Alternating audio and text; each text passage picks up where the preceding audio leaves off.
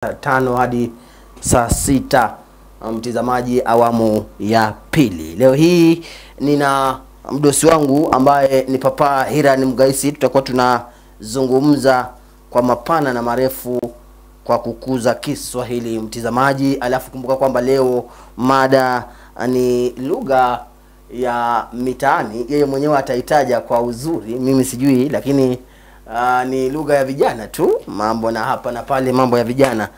Vipi baba? Manze, niko fiti. Jaja amefanya ile kitu full blessing straight. Tunaitwa straight manze, kutoka majuu hadi saizi hapo mali tunapiga tu mboka. Full blessing manze, full yani niko barida. Barida ndio fresh barida. Sina wasiwasi. Karibu. Lakini nashukuru sana. Hali zako? Kama kawa ndio kama kawa tu.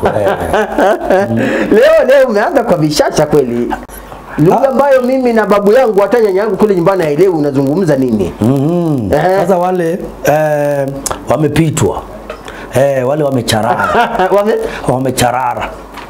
Kucharara ndio kupitwa. Manze hao manze wanafaa wajiondoe. Hebu leo baba, kabla hatuja anza rasmi, wakati ambapo nilikuwa natoka kule nyumbani, napanda nachukua gari lile ambalo la uchukuzi tu la kawaida tu, tunaita moti. Yale matatu. Ama matri. Hiyo sasa ni mat. Unasema nikijiondoa, minus home, nenda nikachukua mat. Minus ni? Si ukajiondoa. Ukajiondoa. Leo ulipokuwa unajiondoa kijani. Wakati ambapo nilikuwa natoka kwa nyumba yangu naanza safari ya kuja Bungoma, nilisahau nauli kwa nyumba. Na yule mnamuita Tingo. Donda. Bwana wewe usinipeleke mbali sana. Yule Donda akanambia kwamba bwana, hapa lazima uwe na nauli, lakini alivyotaja ile nauli sikuelewa. Kwa lugha ya vijana wanasemaje ile nauli? Inategemea ulikuwa unamchorea kumpiga mangapi. Mfano kwanza shilingi 100 toka Mumias hadi hapa Bungoma. Lakini ilifaa, mbona unalipizwa soda wakati wengine wanapigwa ruabe? Ruabe ni? Sasa wewe tunafanya kipindi kweli? Sasa mimi sielewi. Sasa tunafanya kipindi bwana.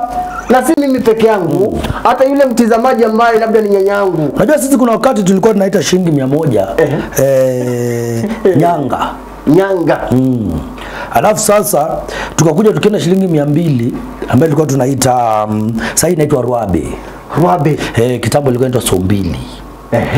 Na unajua kwanza msamiati wa pesa, kaka Fred ndiye alikuwa anatufaa sana kwa misamiati. Na kwa msamiati wa pesa kwanza unaanza na zile, wakati wetu tulikuwa tunaita kitu kama sumuni. Natumai wewe pia uligusia sumuni tulipata. Ile sumuni sisi tulikuwa tunaita chwani. Kwa maana ilikuwa ni 50 cent. So ilikuwa ni chwani. Ambaye saizi inajiita iko kwa ni 50 shillings. Unaona sasa tulikuwa tukiita chwani. Halafu hii tulikuwa tunaita finje. Sasa watu wanaita chwani. Hata yuko na chwani yangu. Sasa hiyo ni shilingi 50. Tukatoka pale tulikuwa tunaita shilingi 1, tunaita tu bob. Unaona ilikuwa inaitwa bob. Halafu tukitoka pale tutaenda kwa shilingi 5. Shilingi 5 tulikuwa tunaita ngovo. Kwanza ile ilikuwa na kona hii. Ilikuwa inaitwa ngovo. Ngovo ama donki. Ngovo, donki ama kobole. Ile ilikuwa enzi yetu. Kobole. Nakumbuka. Na kuleta vizuri sana. Tukitoka pale tutaenda kwa kinde. Sasa inaitwa kinde. Kinde ndo ni tenbo. Kinde ama tunaita sisi sasa ile wakati tulikuwa tunaitanga ashu. Baada ya wazee wetu kuita ashara. Ashara. Na natumai hiyo ni jina la Kiarabu. Ashara ni Ashara 10, ashu kinde. Tukaenda Zambaula. Bado kwa 10. Tukatoka kwa 10 sasa tukaenda 20 Mbaula. Mbaula mbao. Mbao nishawisikiza. Lakini sasa yenye hujasikiza ni Mbaula. Sasa tukatoka kwa Mbaula tukaenda saa Finje. Ka 50. Shache Chwani. Saizi ni Chwani. Tukaenda Nyanga. Kutoka pale mti yangu tukavuka mpaka Rabi, so 2. Alafu Punch. So 5.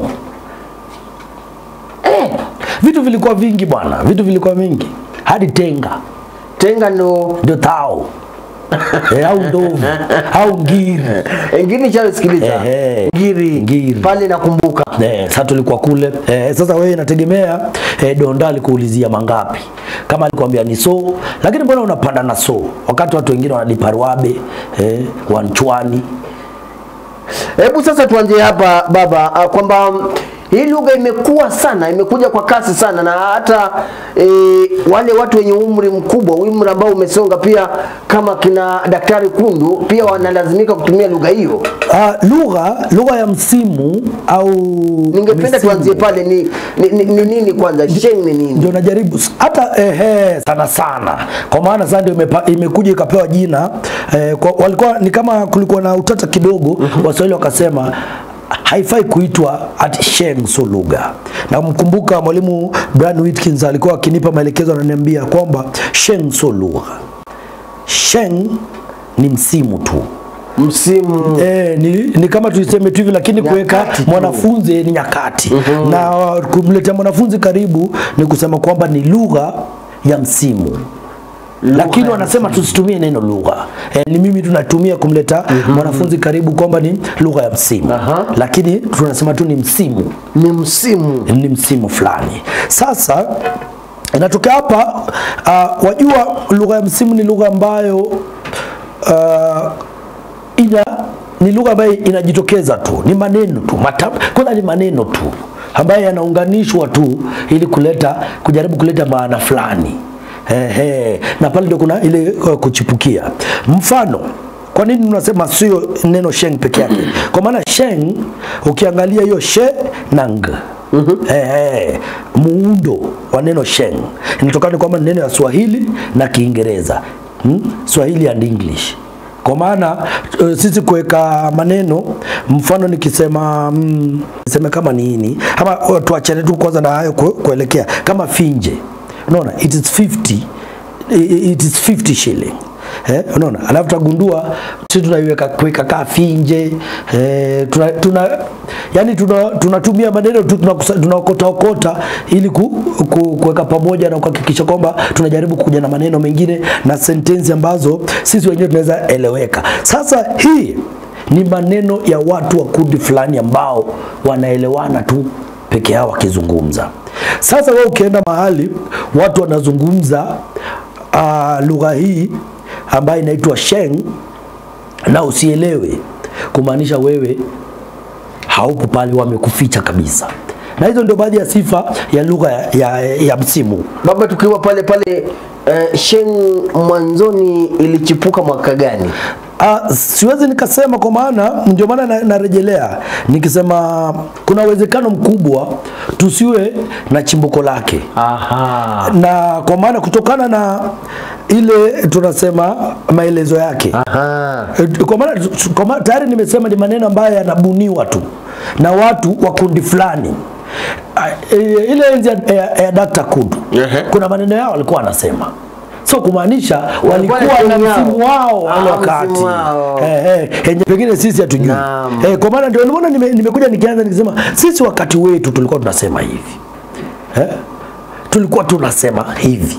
Lakini saa hizi kumebadilika. Nikisema sisi tulikuwa tunaita kobole au donki.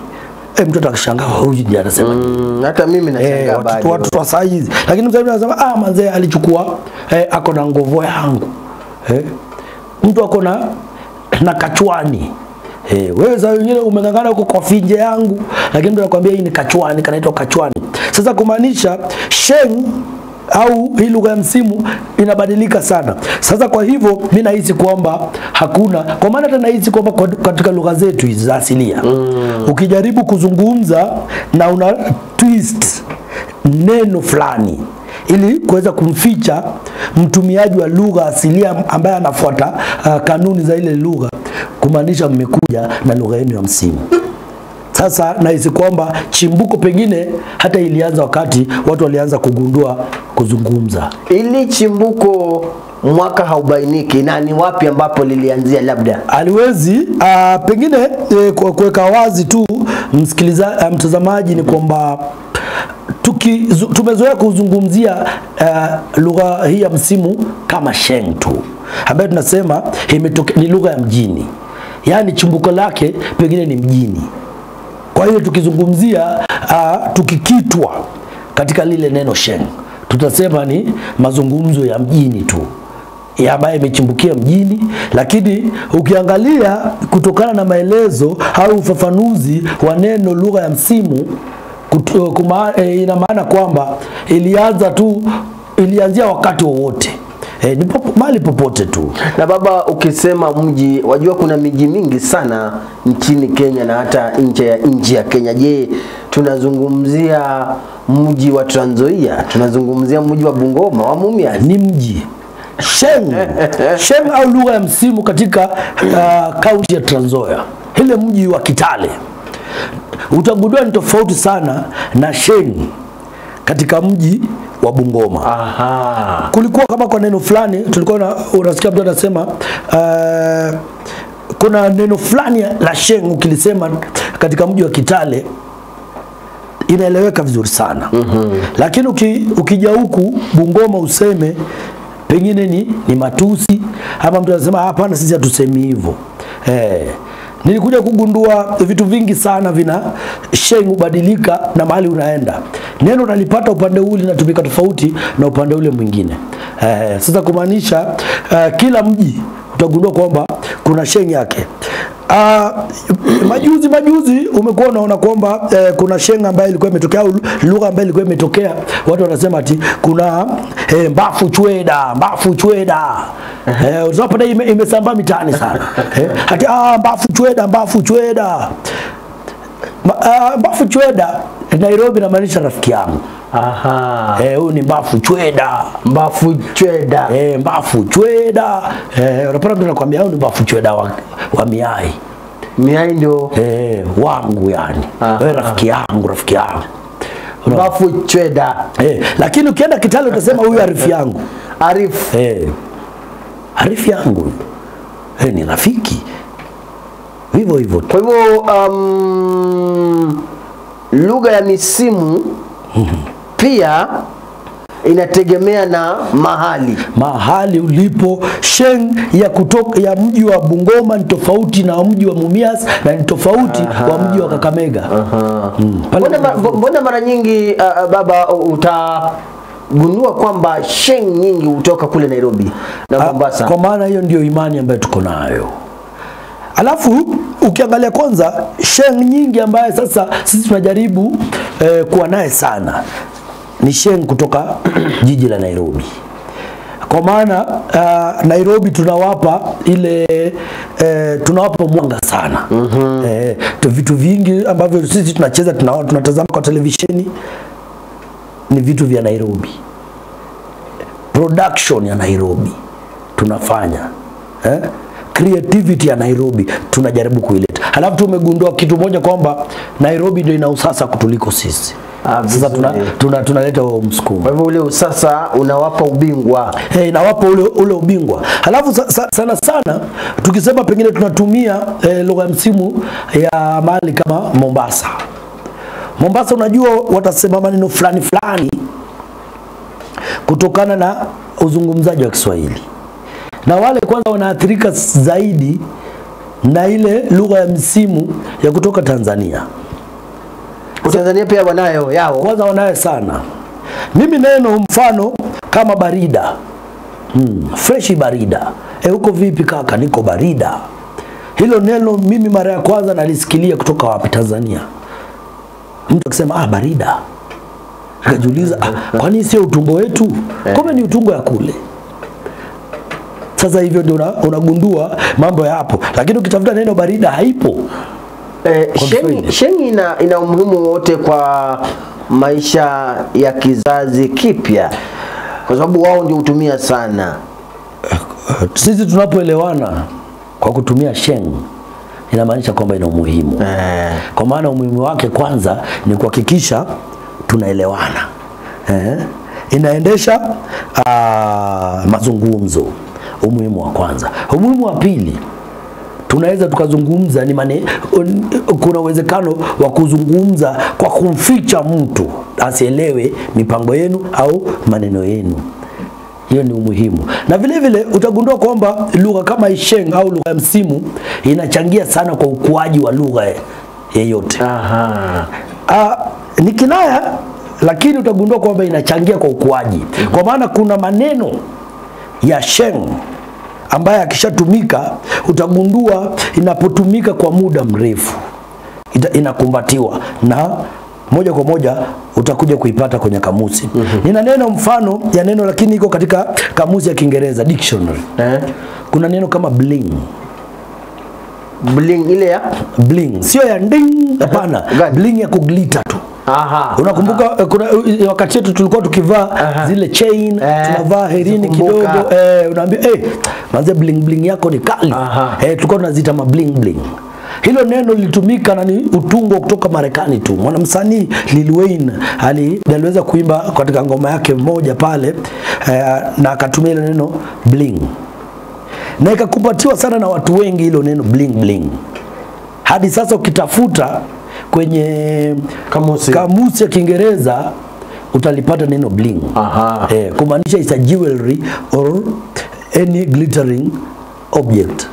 Alafu baba pale kuna ile sheng ya kike na ya kiume, kwa sababu samahani kuuliza swali hilo, lakini wakati mwingine kina dada huja na lugha yao pia wanaelewana kama kina dada, na pia vijana wana lugha yao ambayo wanaelewana kama vijana, ama sheng inahusisha kila mmoja.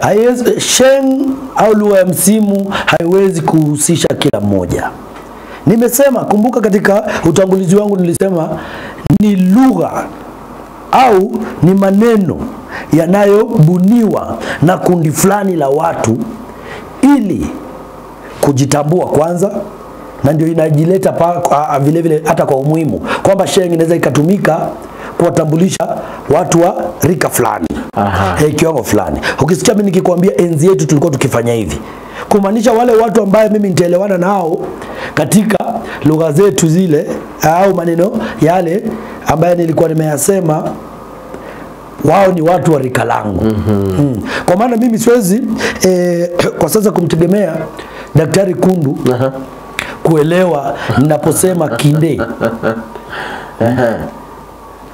Lakini pengine anaweza kuwa amejua kumradhi ashu ama ashara. Yeye atakuwa katika kiwango fulani ambaye sio mtu wa kusema kinde. Tayari imetupa tofauti. Sasa hata hao kina dada wakikuja na maneno na huelewi, gundua kwamba ni lugha yao ya msimu ambayo imekutenga kitambo. Sasa nahisi kwamba kila mtu ana lugha yake ya msimu, kwa maana ni utungo tu na makundi yao. Alafu pale ile lugha ya msimu, wakati mwingine kuna majira ya jua, kuna majira ya mvua. Sijui pia ni msimu unaozungumzia miaka ama mazingira, ama wakati upi unaozungumzia misimu? Kusema kweli, hata mimi na sidhani kama kuna utafiti ambaye imefanywa kuhusiana na swala hilo. Kwa maana wakiita seasonal, ni kama sisi tulipokuwa wadogo, kaka Maliba, tulipokuwa tunakuwa, sidhani kama tulikuwa tunakaa tukijua mwezi fulani tunafaa tulete michezo fulani. Hapana. Tulikuwa tunagundua tu inafika wakati fulani tunaanza mchezo fulani. Ukweli. Alafu inakuja inadidimia, tena tunakumbatia mchezo fulani.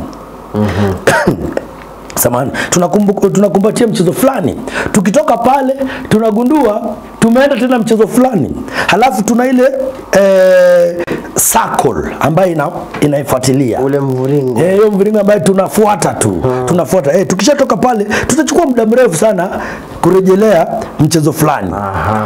Sasa natumai kwamba binadamu tumeumbwa hivyo tu, kwa maana ikifika wakati fulani mabadiliko fulani yanatokea. Kwa maana mimi siwezi kuambia kwamba ni lini nakumbuka watu wakianza kutumia neno ruabe kutoka kwa Sombili. Lakini sasa hii tayari tunatumia neno Sombili. Tunatumia neno ruabe. Mbwegze. Mbwegze. Ngumi ni jamu. Ngumi ni mbwegze. Unaona? Sasa hizi siwezi sema ngumi moja mbili. Vitu kama hivyo sasa. Mbwegze. Hebu niulize kwamba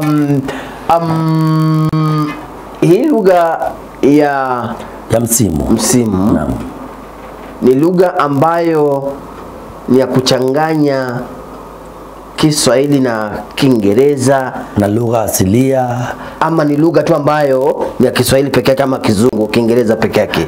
Tungekuwa tunazungumza Kiingereza peke yake ingekuwa inaitwa tu Kiingereza. Tungekuwa tunazungumza Kiswahili kingekuwa kinaitwa tu Kiswahili. Lakini kwa maana hata umeona kwa muundo wake tukitumia neno tu Sheng, ni muundo wa lugha mbili ama zaidi, au zaidi, kwa maana tunachanganya, ni lugha mchanganyiko tu, kama vile nilivyoanza. Niko freshi barida. Jaja amefanya ile kitu straight. Jaja ndio nani? Mwenyezi Mungu. Jaja. Jaja ametujalia maisha man. Huyu jamaa ametupiga life.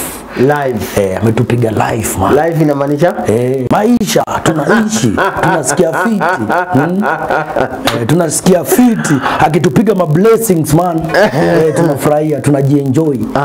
Unaona, yani nimeshachanganya ndimi sana. Sasa lugha hii lazima iwe ya kuchanganya ndimi.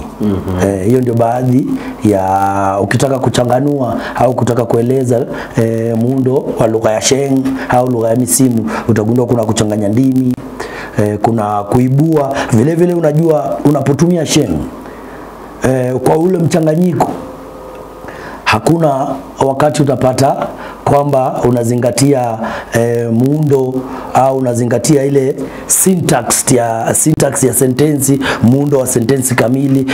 Huko hautapata ati kuna sentensi huru au tangamano. Haifuatii sheria za sentensi za lugha. Naam. Mtazamaji, dakika hizo 15 zinazosalia kuingia saa 5 asubuhi, kipindi ni Dawati la Lugha. Ni naye baba kaka Hiran Mgaizi, baba Stacy. Tunazungumza kuhusu lugha ya vijana, lugha ya msimu ambayo wengi mnajua kama Sheng. Baba, yapo maneno fulani ambayo hutumika sana. Haya maneno ya Sheng, je, unaweza tudondolea baadhi ya maneno ambayo hutumika, na je yana maana gani tafadhali? Mfano ni kwamba umemwok. So umemwok janta, yani umekuja. Neno kumwok ni kukuja. Janta ni job au kazi, sehemu yako ya ajira, sehemu yako ya kazi. Neno kama hiyo, umemwok, umekuja. Kuna wengine wanatumia neno wera au umekamwe. Sikiliza hilo. Sasa unaona nikikuleta kwa tayari na kutoka kwa msimu na kutoka kwa kizazi cha sasa na kurudisha kule nyuma, wera huko jobu. Wera nishawisikiliza. Aswa watu wenye wanafanya kazi ya sulubu hawa. Niko wera. Vile vile kuna neno sisi tulikuwa tukikitumia kwamba mtu amegenya. Amegenya. Mfano kwanza Jumamosi hii watu wengi ambao wamegenya wanapandwa. Kugenya. Yani kumaanisha si kugenywa, kugenya. Kugenya. Neno hilo. Yani wasee wamekufa. Watu ambao wamekufa Jumamosi hii wanazikwa. Ndio maana nikisema manze, watu ambao wamegenya Jumamosi hii ama isato wanapandwa, wanazikwa. Kupanda ndio pengine kugenya au watu wengine wanasema pengine utapata wanasema kugenja kugenja, lakini sisi tulikuwa tumezoea kusema kugenya. Mtu amegenya. Kwa hivyo kupandwa ni kule kuzikwa. Kuzikwa. Manze huyo jamaa anamea. Yani tayari ashazikwa. Ndio vijana. Ndio vijana. Aha. Utapata kuna neno lingine, mfano tutumie mfano wa neno senke. Senge. Senge ya shangazi. Kuna wengine mtu ataita ati ni senge. Lakini kuna tamshi, kuna wengine wataita senke. Senke ni polisi. Mfano katika sentensi. Tulikuwa tumetulia tu zabe. Tunashiki tulikuwa tunatumia tu zabe. Kumbe mokoro amekamna masanse. Si walitufagia. Unaona? Nimepotea sana. Umepotea sana. Nimepotea. Yani tulikuwa una sasa sentence kamili ni kwamba tulikuwa tumetulia kwa base ama sehemu yetu ya kutulia. Tulikuwa tumetulia katika sehemu yetu ya kutulia. Kisha kumbe mama vile tulikuwa tumetulia, pengine tulikuwa tunafanya vitu vyetu. Tulikuwa tumetulia kwa sehemu yetu ya kutulia. Kisha mama kumbe akakuja na akiwa ameandamana na maafisa wa polisi. Si walitubamba? Yani walitukamata. Tulikapitia, pengine tulinyoroshwa viboko, tuliadhibiwa.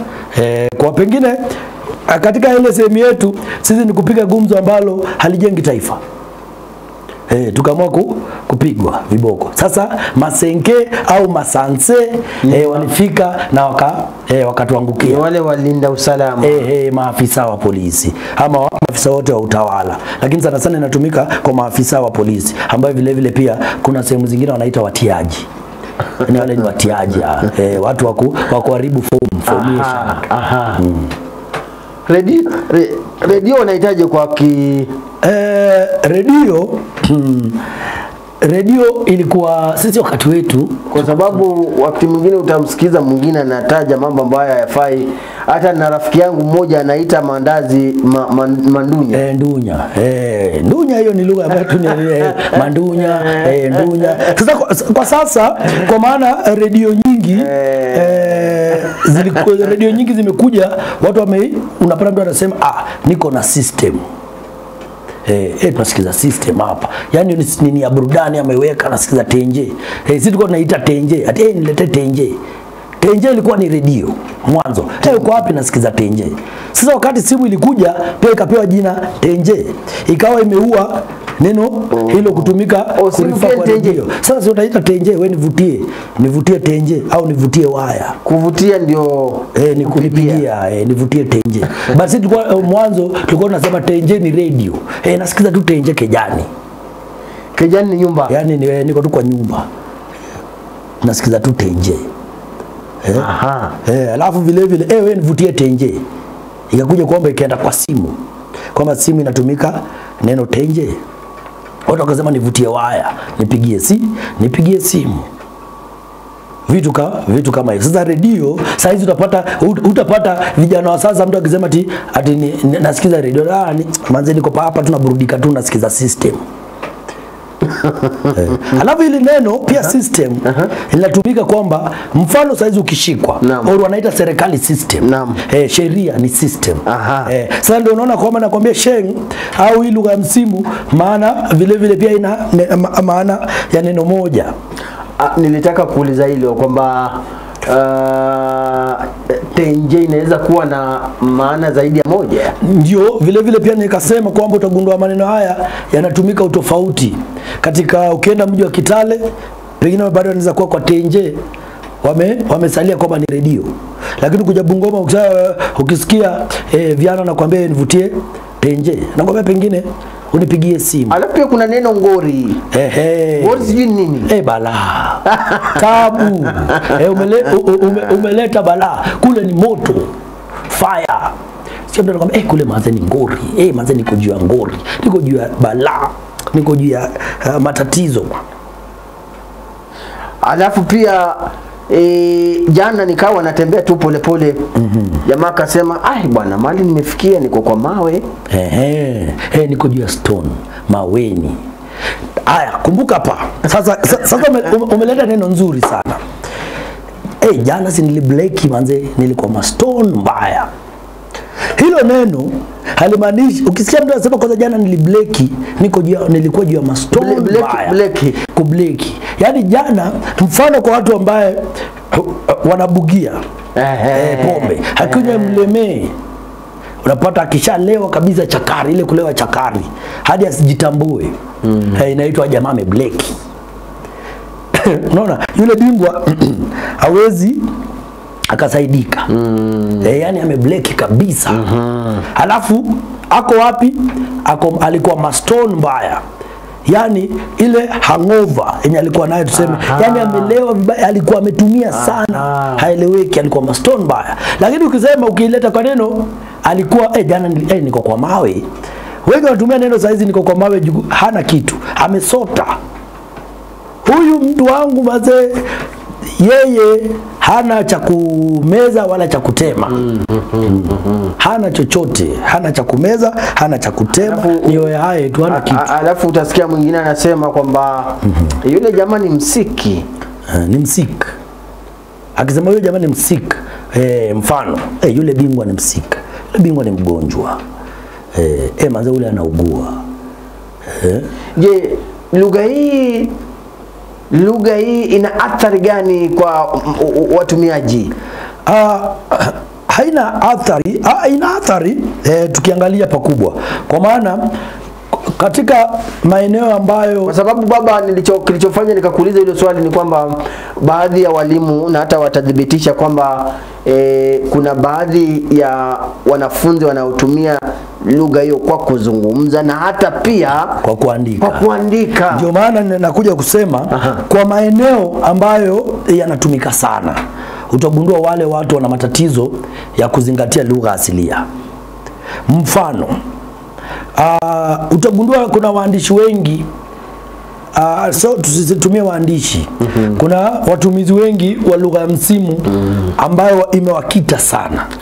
Ukiwaambia hata waandike sentensi kamili katika lugha ya Kiswahili, watashindwa kujieleza. Ndio maana mtu atakwambia mimi nina tatizo kidogo ya kujieleza kwa lugha ya Kiswahili.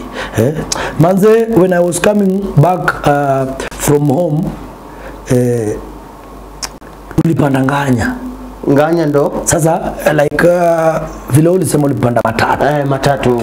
Tulipanda nganya. Unaona, ati when I was coming home, then we met with our fellow friend in the nganya. Unapata huyo mwanafunzi anaweza hata kujieleza kwa Kiingereza vizuri, au kusema tu nilipotoka nyumbani tulienda katika stendi ngoja gari la uchukuzi. Atafika pale ashangae kwanza gari la uchukuzi ni gani.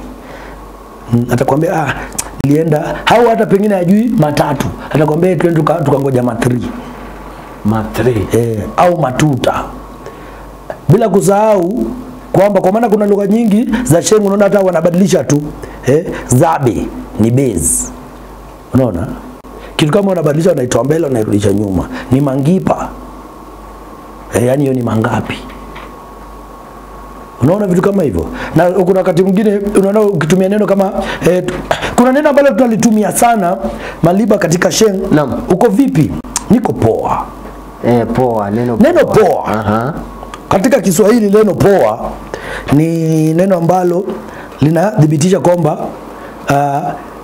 kutoka kwa moto, ama tuseme ni kinyume, ni kinyume cha neno moto. Unaona, kama pengine si baridi ama kuna ni ile harakati ya kupoa. Kimepoa. Lakini wewe nikikuja Maliba uko vipi? Niko poa. Yaani kumaanisha ile neno poa unalitumia kumaanisha uko sawa. Unaona? Sasa athari ya kwanza ni kwamba kuna kukosa kujieleza katika lugha asilia kikamilifu. Vile vile ina athari sana katika ukuaji wa lugha asilia vile vile. Hakuna, ndio maana kumbuka nikisema ni kinaya kidogo. Sheng inaweza ikaleta neno na vile neno la ambalo litakalo jumlisho katika lugha asilia. lakini vile vile inaharibu kutumia neno stahili. Alafu baba, kuna haya maneno sijui lombo tolo. Haya ni maneno gani hayo? Lombo tovu, hata wamekulombo tovu. Nilikuwa najaribu kuangalia hilo kama neno kulombo tovu. Ninakwambia sasa huu ni msimu wa kulombo tovu.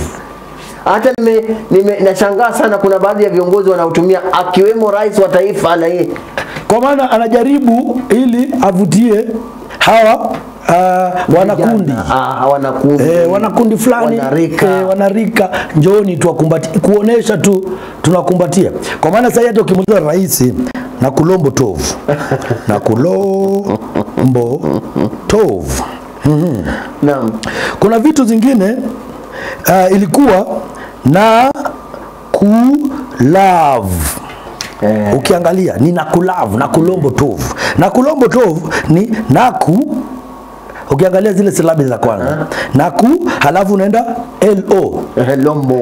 Halafu lo. Sasa hii mbo ni ya kuweka tu hapa, na hii ni kulombo tovu. Yani nakulavu. Ukishatoa hizi vingine inakuwa tunakulavu. Kuna maneno tu ambaye kuna silabi pale ambazo zimeongezwa tu pale. Na kulombo tovu. Alafu mbona nilikuwa nimekuuliza swali hili, lakini pia naomba kurejelea swali hilo kwamba wakati ambapo mwanafunzi anatumia kwenye maandishi yake, kwa mfano insha, je, ni vibaya? Unastahili kwanza kuliko kuangushwa pale. Tunatumia neno kuangushwa. Kuliko kuangushwa au kuadhibiwa pale na mwalimu, anafaa kutafute akuadhibu kwa viboko. Kwa nini? Ni lugha. Sio lugha. Ni kinyume cha lugha. Ni ubunifu wako ambao haujafunzwa shuleni. Hujafunzwa kuja na maneno. Umefunzwa kutumia maneno yalivyokuwa. Jifunze kutumia maneno ya kamusi kwanza, ukitosheka na yale yalivyo pale, na kuja na maneno yako. Waswahili watafanyia utafiti na kuona kama wataileta.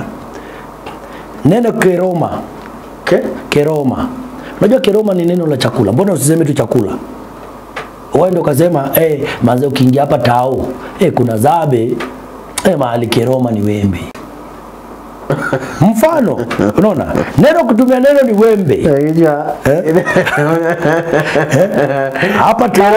Hapa tao kuna zabe, mahali keroma ni wembe.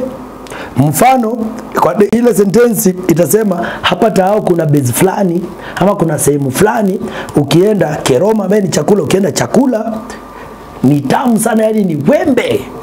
Na vile vile ile neno wembe linatumika hapa tao kuna base fulani, ukienda hapa kuna sehemu fulani, ukienda kununua chakula ni kidogo sana. Hata neno wembe inaweza kutumika kwamba hiyo kitu ni tamu sana. Ni wembe. Sikile kifacho ni mnoma. Ni mnoma. Lakini kuna kile anasema hiyo ni wembe sana. Yani wameikata. Kwa maana mimi nakumbuka shule tulikuwa tukipatiwa pale tuko tunangoja wakati wa kula. Ukienda pale unapata ule ugali tulikuwa tunakatiwa tu juu kidogo hivi. Leo amenipa wembe bwana. Yani umechujwa.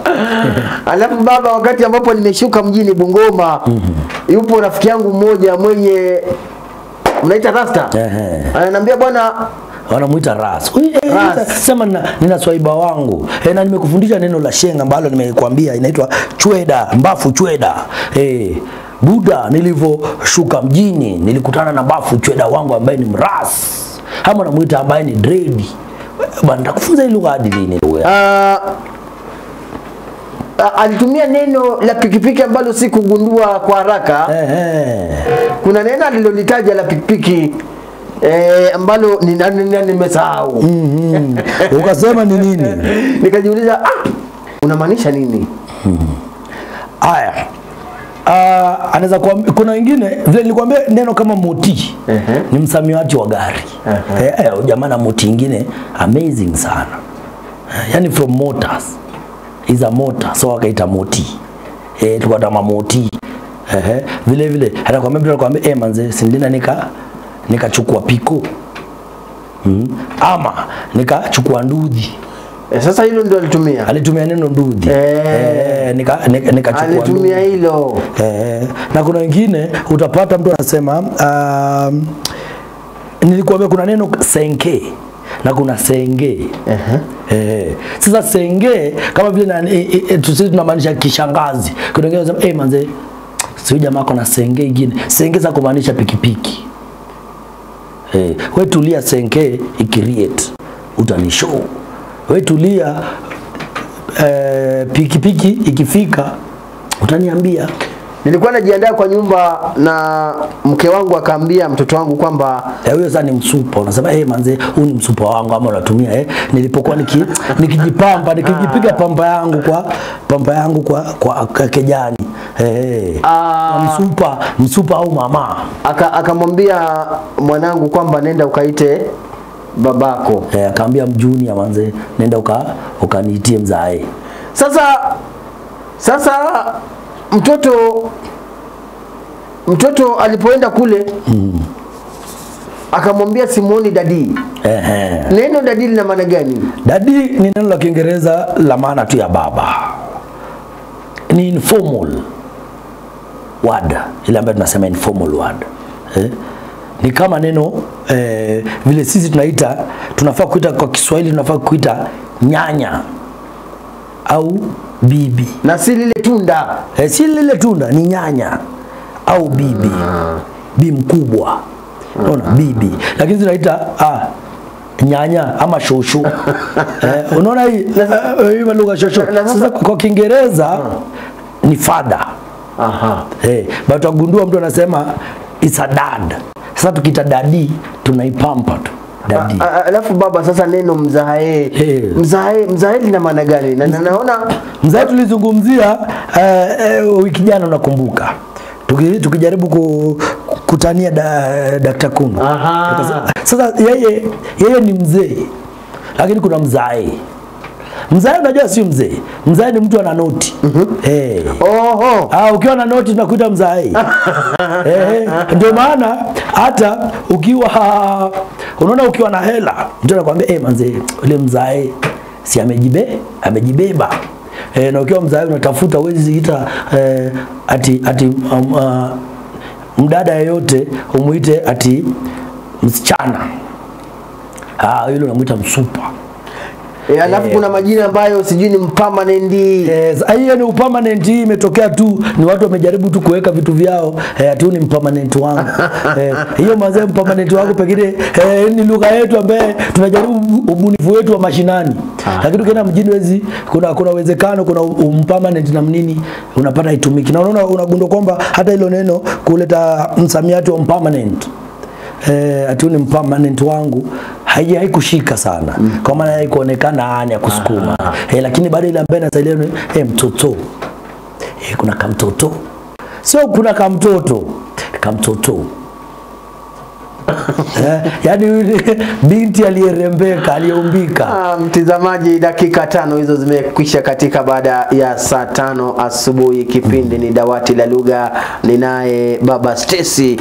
Tunachanganua masuala ya Sheng ama lugha ya msimu. Baba, muda wetu haupo. Naomba utumie dakika kama 2-3 hivi labda ni kushauri, sijui ni kushauri ama ni kufanya nini, kwamba tuendelee kutumia lugha ya Sheng ama tufanyeje? Sheng kupenda kulingana nami, unajua lugha ya msimu inasaidia sana pia. Vile vile inakupa nafasi ya wewe kujieleza. Kitu chochote ambacho kinakupa hata wewe unapoelekea shuleni inakupa nafasi ya kujieleza kwanza.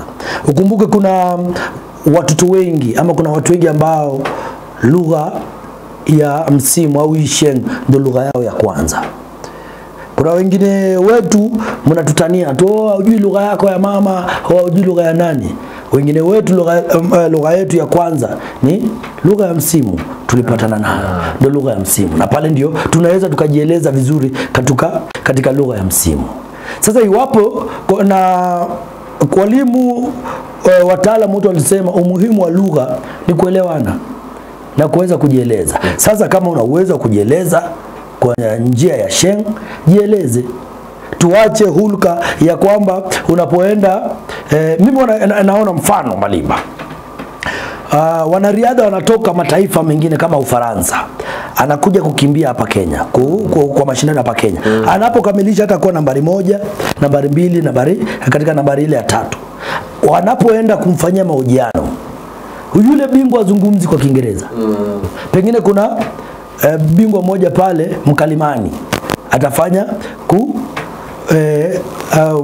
mimi nazungumza hapa, halafu anaelezewa, na yule bingwa hazungumzi kwa lugha yetu, pengine Kiswahili au Kiingereza. Ni sisi tu ndio tunaenda mahali na kwanza kujikaza pengine kuzungumza Kiingereza, au unataka uzungumze lugha ya eneo hilo. Hapana, ukitoka hapa nenda, wakikupa kipaza sauti na unaanza tu sasa, yuko pale umejichokea ama unashinda. Sawa sawa na huyu bingwa ambaye Ngugi wa Thiong'o, mwandishi Ngugi wa Thiong'o. Kuna wakati Ngugi wa Thiong'o alienda mahali anapokezwa zawadi, anazawadiwa.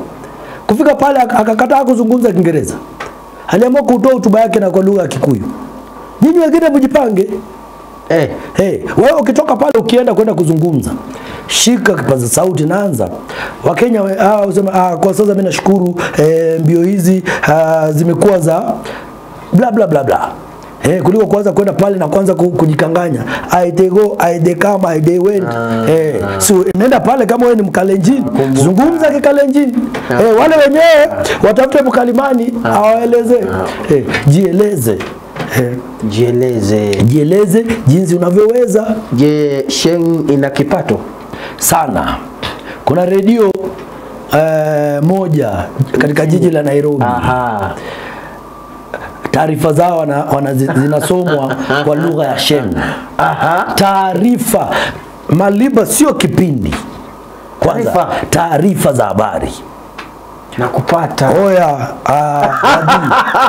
wadi leo katika taarifa zetu buda tunapigia story kutoka Kibich. Kuna masanse wameenda pale baada ya kumadwa kwa mshodre mmoja. Nashinda na wanasikiza sana. Unaenda katika maeneo ya mabanda, watu wametulia, wanasema saa 1 imefika bwana, taarifa. Wanasikiza. So yule ambaye anasoma tayari ana kipato. Watu wanaleta wewe ukienda pale kipindi, watakwambia nenda kazungumze Kiswahili chako sanifu. Hapana, pengine mimi wanaweza wakanipa nafasi ya dawati la lugha mara moja kwa wiki kama vile wewe ulivyonipa. Hivyo tu. Msapere ama wasapere nini? Mshodre. Sio msapere. Au msojere. Mshodre. Yani ni binti. Ndio nakwambia ni msupa. Mtoto kama mtoto. Neno lako labda la mwisho kabla tujatamatisha kipindi. Tujivunie vile kwanza lugha zetu. Tujivunie lugha zetu za kiasili. Kwa wale ambao wanazungumza lugha ya msimu, mtu asikukatishe tamaa. Kama anakuelewa ni sawa. Na vile tia bidii katika ndio maana tuko shuleni, wengine wetu tuko shuleni, tuzidi kusoma kuhakikisha unapoenda. Kama rais akienda magetoni, akifika kule anangangana kuzungumza Sheng. Si tulikuja tukaambia rais akija eneo letu za magharibi anakuja na msangalire. Akitoka pale madhani ya Rogosho, akienda upande ule mwingine. Mbona yeye anataka kwenda kujifunza lile lugha ili haweze kuwaleta pamoja. Sasa hata wewe hakikisha kwamba unaimarisha lugha yako, lugha ambayo unatumia, na unaimarisha pia lugha sanifu. Unaimarisha mtazamaji lugha yako na uimarishe pia lugha sanifu. Ndo maneno ya mwisho ya kaka Hiran Mgaizi Baba Stacy. Dakika 13 zimekatika baada ya saa 5 asubuhi. Mtazamaji, awamu ya kwanza tumekwisha tamatisha, inaingia kwa muda mfupi awamu ya pili. Asante sana kwa kuwa nasi. Mwelekezi amekuwa Kibet. Mimi ni Omsungu, nimekuwa na Baba Stacy. Karibu sana tena. Asante sana. Mimi nashukuru tumeweza kufaana na tutaendelea kufaana. Walimu wetu wapo hawajakosea, wako katika shughuli moja mbili lakini na vile vile pia lazima tuweze kuwafaidi watazamaji na tuweze kuwafaidi wale wote wanafunzi ambao wapo, kwa maana maneno mengi ambayo unapokea katika kipindi hiki cha Dawati la Lugha kuna uwezekano wa wewe kutahiniwa. Tukianza kuzungumzia neno la misimu, zina sifa zake, mfano kama kupamba tu lugha, mfano vile vile kama kuweza kuelewana, kuficha maneno yenu. Hizi ndizo ni sifa ambazo zipo. Kuna watu tumesema wanajipatia kipato katika lugha ya misimu vile vile. Na ukijiingiza katika lugha ya misimu lazima kila wakati uwe unazungumza, na mimi nasema ukitaka kukuza lugha, mtazamaji, jikuze kwa kuzungumza sana na sana. Mtazamaji, kaa ange kwa sekunde za kuhesabu, awamu ya pili itakuwa inaingia. Asante.